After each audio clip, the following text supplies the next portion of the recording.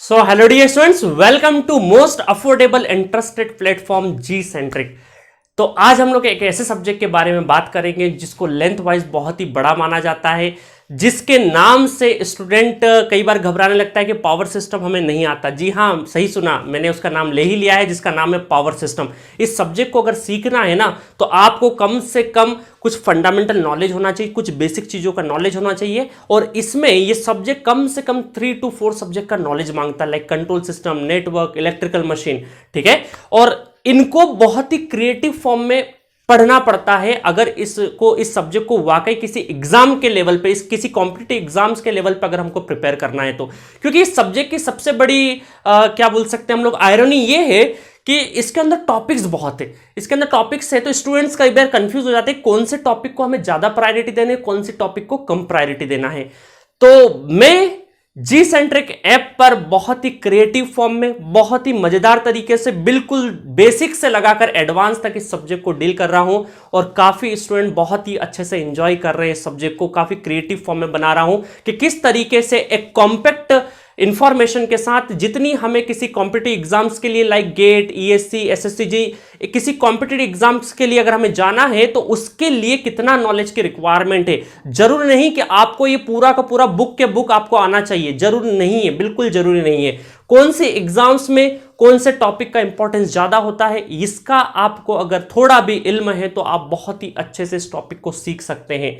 क्योंकि machine, electrical machine and power system, these are the 2 fundamental subjects. अगर आपके fundamentals बहुत ही अच्छे हैं तो इन दोनों सब्जेक्ट्स को बहुत ही अच्छे से सीखा जा सकता है। अभी मैं बात कर रहा हूं पावर सिस्टम की और आपके लिए ट्रेलर में पेश है इसका एक नमूना, जिसके अंदर आप पाएंगे किस तरीके से जी सेंट्रिक एप्लीकेशन पे, जो कि प्ले स्टोर से डाउनलोड की जा सकती है, उस पर किस तरीके से लेक्चर चल रहा है, उसका ट्रेलर देखिए। एक्टिव पावर को हम लोग क्या बोलते हैं, रियल पावर बोलते हैं। क्या बोलते हैं इसको हम लोग, real power, actual power, effective power, ठीक है। ये सब एवरेज पावर, ये सब एक ही नाम है, ठीक है। बहुत सारे मल्टीपल नाम है, मैंने नेटवर्क थ्योरी में ऑलरेडी सारे नामकरण कर दिए हैं। अभी हम लोग एक्टिव पावर के नाम से ही जानेंगे। तो उससे बियॉन्ड अगर हमारा एग्जांपल ले ले और हमारी बॉडी ले ले, अगर ज्यादा एक्टिव पावर एक्सेस में काम करेगी, हम सोएंगे ही नहीं तो क्या होते जाएगी, या नींद कम भी लेंगे तो भी दिक्कत आएगी, ठीक है। दिक्कत आएगी, कुछ दिनों बाद हमारी बॉडी में वेयर एंड टियर आना स्टार्ट हो जाएंगे। तो यहां पर हमारे जो पावर सिस्टम में कंपोनेंट है उनके साथ क्या होता है ये देखते हैं हम लोग। एक्टिव, ये जनरेटर है, अभी हमारा ये जनरेटर है, इधर इलेक्ट्रिकल आउटपुट है, इधर क्या है, मैकेनिकल इनपुट, और इधर क्या लगा हुआ है, टरबाइन लगा हुआ है, ठीक है, टरबाइन। इतना इंफॉर्मेशन तो आई होप आपको सबको पता होगा, ठीक है। और ये मैंने अभी एक न्यूमेरिकल भी कराया था हिस्टोरेसिस एडी करंट में, वहां पर भी एक इंफॉर्मेशन बताई थी।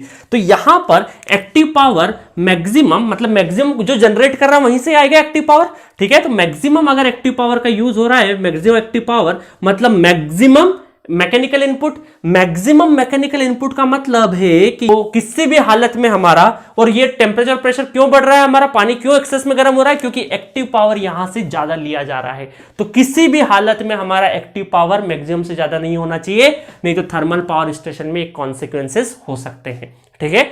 और नेक्स्ट है हमारा hydel power station. Hydel power station में क्या होगा, मैं आपके सामने एक बकेट बनाऊं, ठीक है, एक बकेट बनाऊं जो कि पूरी भरी हुई है, ठीक है, पूरी भरी हुई है। तो इस बकेट को, किसी बकेट को हम क्या ऐसे इस तरीके से हल्के से उठा सकते, क्या नहीं उठा सकते। इस बकेट को भी उठाने के लिए हमें एक मिनिमम पावर की जरूरत पड़ेगी, एक मिनिमम एनर्जी की जरूरत पड़ेगी, मिनिमम पावर की जरूरत पड़ेगी उसे उठाने के लिए, ठीक है। ऐसे ही करेंगे तो नहीं उठेगी, थोड़ा सा मिनिमम पावर लगाना पड़ेगा हमें।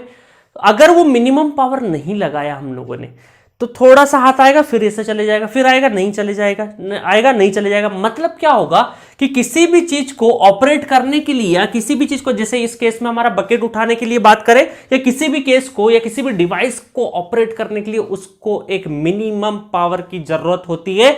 अगर वो मिनिमम पावर से कम पावर हम लोगों ने दी किसी तरीके से, मिनिमम पावर से भी कम पावर अगर किसी तरीके से दिया हम लोगों ने, तो क्या बोलेंगे, तो किसी भी केस में आपका P जो है, एक्टिव पावर है, वो मैक्सिमम से कम या उसके बराबर, या मिनिमम से ज्यादा या उसके बराबर होना चाहिए, इसी रेंज में, ठीक है। तो चलिए यहां पर एक्टिव पावर पे अल्पविराम लगाता हूं। बाकी सर्किट की इंफॉर्मेशन आपको पता है, बाकी मैंने फिजिकल सिग्निफिकेंस देने की कोशिश करी है, उसकी लिमिट वगैरह बताइए। हाइडल स्टेशन में क्या होता है, थर्मल पावर स्टेशन में क्या होता है, लोड के रिस्पेक्ट में क्या हो सकता है एक्टिव पावर, सबके बारे में मैंने इंफॉर्मेशन दे दी है।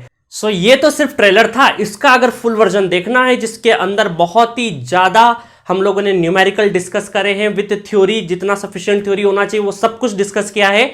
और अगर इसका फुल वर्जन आपको देखना है तो आज ही डाउनलोड करिए अपने प्यारे प्ले स्टोर से, जी सेंट्रिक टाइप करिए, जी सेंट्रिक ऐप को डाउनलोड करिए, उसके अंदर स्टोर सेक्शन में जाइए, स्टोर सेक्शन में आप अपनी रिस्पेक्टिव ब्रांच जो कि इलेक्ट्रिकल है उसको सिलेक्ट करिए। इलेक्ट्रिकल स्ट्रीम में जाने के बाद आपको पावर सिस्टम मिलेगा, पावर सिस्टम के अंदर ये लेक्चर को आप फुल वर्जन में एंजॉय कर सकते हैं एट अफोर्डेबल प्राइस। ठीक है गाइस, तो मिलेंगे नेक्स्ट लेक्चर में, जब तक के लिए बाय एंड टेक केयर।